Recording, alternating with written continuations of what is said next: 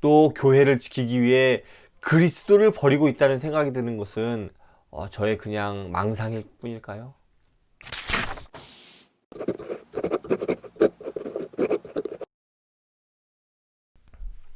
안녕하세요. 믿음향기입니다. 네, 오늘 또 만나뵙게 돼서 정말 반갑습니다.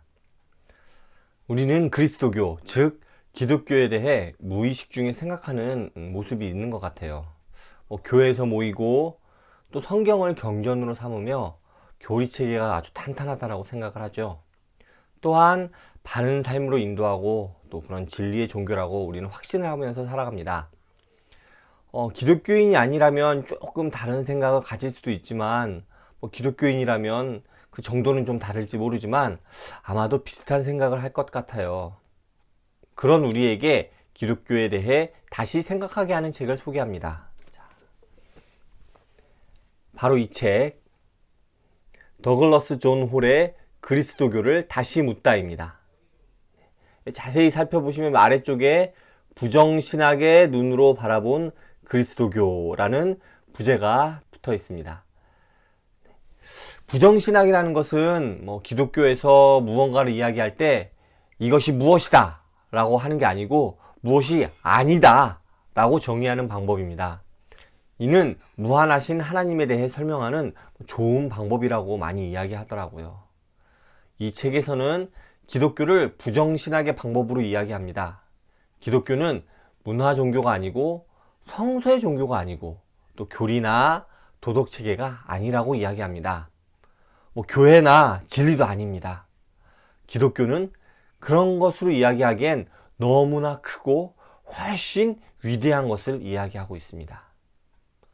이 중에 몇몇 이야기는 우리를 좀 당황시키기도 하는 것 같아요. 성서의 종교가 아니라고 하는 부분이나 교회가 아니라고 하는 부분은 저에게는 상당히 놀랍게 다가왔습니다. 내용도 내용이지만 이런 이야기를 책으로 써서 주장할 수 있다니, 네. 오직 성경으로라는 구호 아래에서 우리의 신앙을 쌓아온 개신교에서 성서의 종교가 아니라고 하는 것은 우리의 종교 전통이 잘못되었다라고 이야기하는 것으로 보일 수도 있잖아요. 특히 성경의 문자 하나하나를 중요하게 여기는 근본주의 입장에서 바라보면 도저히 받아들일 수 없는 이야기로 들릴 수도 있을 것 같습니다. 또 교회가 아니라고 하는 이야기는 교회를 우리 신앙의 중심으로 두고 살아온 우리에겐 매우 충격적으로 들립니다. 우리는 교회를 곧 기독교라고 생각하기 아주 쉽습니다. 교회를 지킨다는 명분을 내세워서 사회에서 손가락질 받는 일을 아주 쉽게 밀어붙이곤 하죠. 교회를 지키기 위해 세습을 하기도 하고요. 또 교회를 지키기 위해 목사님의 잘못을 그냥 눈 감고 넘어가기도 합니다. 또한 교회를 지키기 위해 여러 가지 프로그램으로 양적 부흥을 꿈꾸기도 하죠. 그런 우리에게 그리스도교는 교회가 아니다 라고 이야기하는 것은 우리 신앙에 대한 도전처럼 느껴질 수도 있을 것 같습니다. 또한 다른 분들도 개인 신앙에 따라 또 다른 부분이 충격으로 다가올 수도 있을 것 같아요.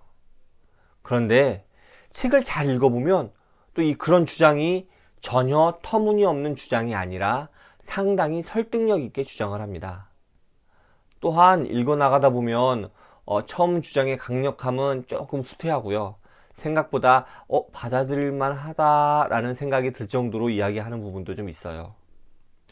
그리고 이 책의 마지막 결론에서는 엔도 슈사쿠의 침묵에 나오는 일본에서의 기독교 탄압의 방법이었던 후미에를 이야기합니다. 그 이야기 속에서 우리는 고통받는 예수 그리스도를 통해 하나님께서 역사하심을 엿볼 수 있습니다.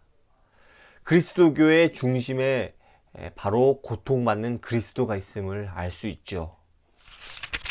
문화 종교도 성경도 교리도 도덕 체계도 교회도 진리도 모두 중요하지만요. 우리를 위해 우리와 함께 고통받는 그리스도를 대신할 수 없음을 저는 깨달았습니다. 그런데 우리는 지금 어디에 있습니까? 문화와 함께하는 기독교를 이야기하느라 그리스도를 잃어버리고 있지는 않은가 돌아봐야 합니다. 성경을 문자 단위로 무어하다고 외치면서 그리스도의 고통을 외면하고 있는 것은 아닌가요? 교리가 그리스도의 자리를 차지해서 정죄를 통해 우리를 가두고 있지는 않는지 살펴봅니다.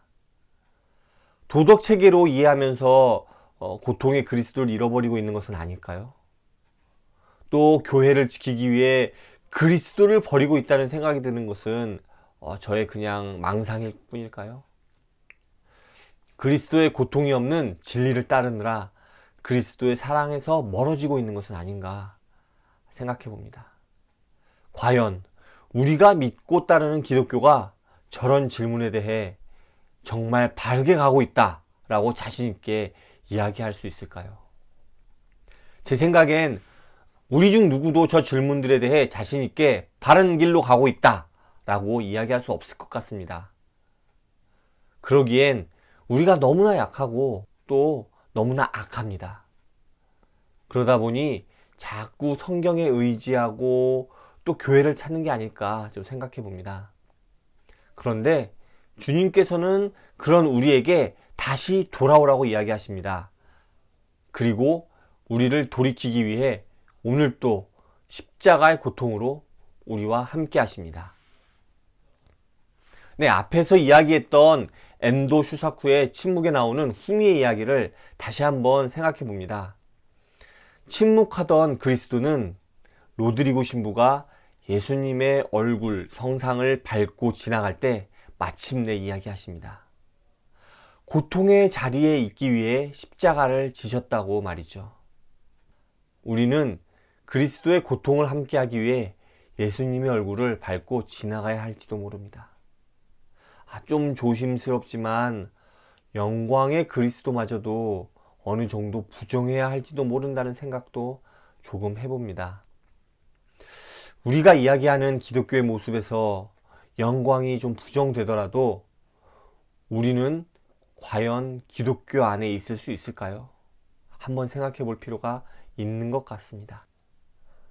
더 크고 좋은 교회를 하나님께 바친다고 하지만 또 하나님에 대해 우리에게 알려준다는 성경을 모든 것의 기준으로 삼으려고 하지만 또 교리와 도덕을 통해 바르게 살아감으로써 하나님 나라의 임재를 꿈꿔보지만 그 속에는 하나님의 영광을 꿈꾸는 그리고 그 영광에 함께 하고자 하는 우리의 욕심이 있는 게 아닐까 돌아봅니다. 그리고 솔직히 저도 그 욕심에서 벗어날 수 없는 것 같아요. 기독교를 향한 나의 신앙, 그 깊은 근본에는 결국 나의 욕심이 있음을 고백할 수밖에 없습니다. 그래서 고통의 그리스도가 중심이 되는 기독교에 대해 묵상하고 이야기하지만 그러한 기독교가 이루어지지 않는 게 아닐까요? 오늘 준비한 내용은 여기까지입니다. 고통의 그리스도를 우리 마음 중심에 두고 그 모습을 따라 살아가는 우리 모두가 되기를 간절히 기도합니다. 감사합니다. 또 오세요.